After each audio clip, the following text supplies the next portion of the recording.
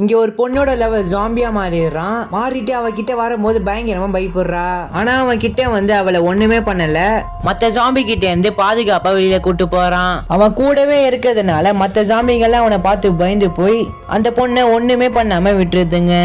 அதுக்கப்புறம் அந்த பொண்ணை பாதுகாப்பான இடத்துல கூட்டு போய் விட்டுடுறான். அப்ப கூட அந்த பொண்ணு அவனை பார்த்து அருவருப்பான்னு நினைக்கிறா.